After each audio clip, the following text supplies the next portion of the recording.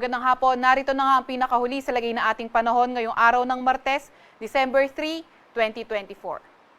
Sa kasalukuyan nga ay itong shear line, ito yung salubungan ng malamig na hangin galing northeast at mainit na hangin galing silangan. Ito yung nakakaapekto sa Kalayaan Islands pati na rin sa silangang bahagi ng northern at central Luzon. Samantalang northeast monsoon o amihan naman ang nakakaapekto sa nalalabing bahagi ng northern Luzon. Itong northeast monsoon o amihan nagdadala ng maulap na papawirin at mga ulan sa Batanes area. Shear line naman ang magdadala ng maulap na papawirin at mga kalat-kalat na pag-ulan at pulo-pulong kidlat-kulog sa areas ng Cordillera Administrative Region, Ilocos Norte, Ilocos Sur, Kalayaan Islands, Aurora, pati na rin sa nalalabing bahagi ng Cagayan Valley. Kayo ating mga kababayan na inuulan ng mga nakaraang araw pa ay pinag-iingat sa mga banta ng pagbaha o pagguho ng lupa. Para naman sa lagay ng panahon sa Metro Manila at nalalabing bahagi ng ating bansa, asahan natin ang fair weather conditions pero may mga tsansa pa rin ng mga localized thunderstorms. Sa kasalukuyan ay wala naman tayong namomonitor na low pressure area or bagyo sa loob or malapit sa ating Philippine Area of Responsibility. Meron din naman tayong nilalabas na mga weather advisory kung saan inaasahan natin ngayong araw hanggang bukas ng hapon yung heavy to intense na pag-ulan, 100 to 200 millimeters of rain sa Cagayan, kabilang na ang Isabela. Kapag heavy to intense yung mga pag-ulan, posible yung mga numerous flooding incidents lalo na sa mga urbanized, low-lying at malapit sa mga river channels. Landslide likely in moderate to highly susceptible areas. Samantalang moderate to heavy rains naman sa Kalinga, Apayao at Ilocos Norte, 50 to 100 millimeters of rain kapag moderate to heavy yung mga pag-ulan. So kapag moderate to heavy yung mga pag-ulan, yung localized flooding posible sa mga areas na urbanized, low-lying at near rivers. Landslide naman posible sa mga highly susceptible areas. Bukas naman ng hapon hanggang Thursday ng hapon, may inaasahan pa rin tayong heavy to intense na mga pag-ulan sa Cagayan area.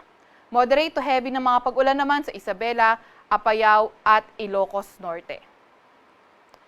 At Thursday afternoon to Friday afternoon, katamtaman hanggang sa malalakas na pag-ulan, ang inaasahan sa Isabela, Cagayan, Apayao at Ilocos Norte. Kaya yung ating mga kababayan, lalo na yung mga inuulan ng mga nakaraang araw pa, kagaya nga ng sinabi natin, mag-ingat sa mga banta ng pagbaha at pagguho ng lupa. Yung ating mga kasamahan sa Regional Services Division, patuloy na maglalabas ng mga thunderstorm advisory, rainfall advisory o hindi kaya heavy rainfall warning kung kinakailangan. Para naman sa lagay na ating panahon bukas, asahan pa nga rin natin itong northeast monsoon o amihan patuloy na magdadala ng maulap na kalangitan na may mga pag-ulan sa Batanes. Samantalang sa nalalabing bahagi or sa hilagang bahagi ng mainland Northern Luzon, kabilang na ang Babuyan Islands, patuloy pa rin na magdadala ng mga pag-ulan ang shear line.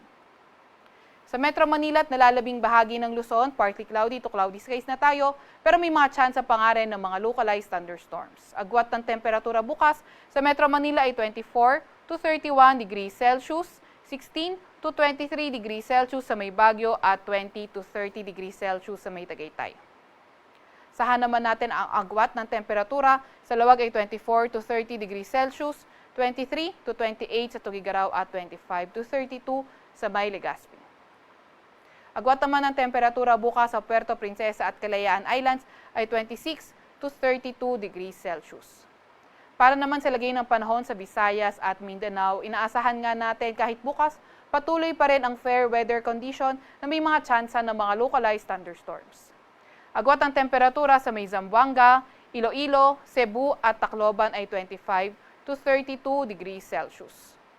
24 to 32 degrees Celsius sa may Cagayan de Oro at 25 to 33 degrees Celsius sa may Davao.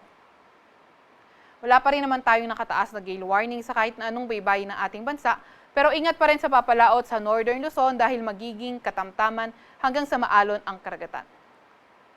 Para sa 3-day weather outlook ng mga pangunahing syudad natin, sa Metro Manila, Baguio City at Legazpi City, naasahan din natin patuloy pa rin yung partly cloudy to cloudy skies condition with chances of localized thunderstorms. However, sa hilagang bahagi ng Northern Luzon, patuloy pa nga rin makakaapekto yung northeast monsoon o hindi kaya yung shear line.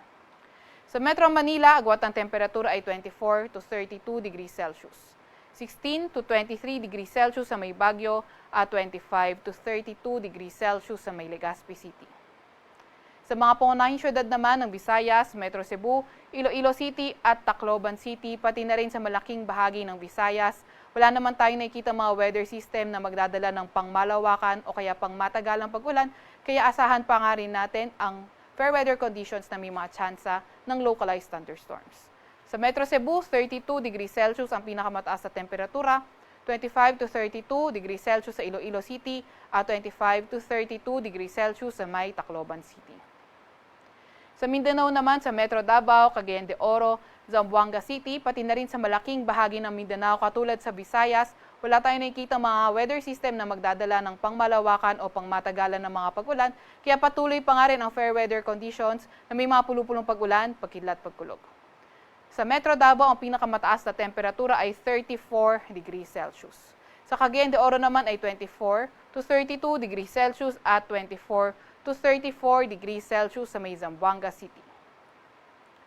Sa Kalakhang, Maynila, ang araw ay lulubog ngayong 5:25 ng hapon at sisikat bukas ng 6:06 ng umaga.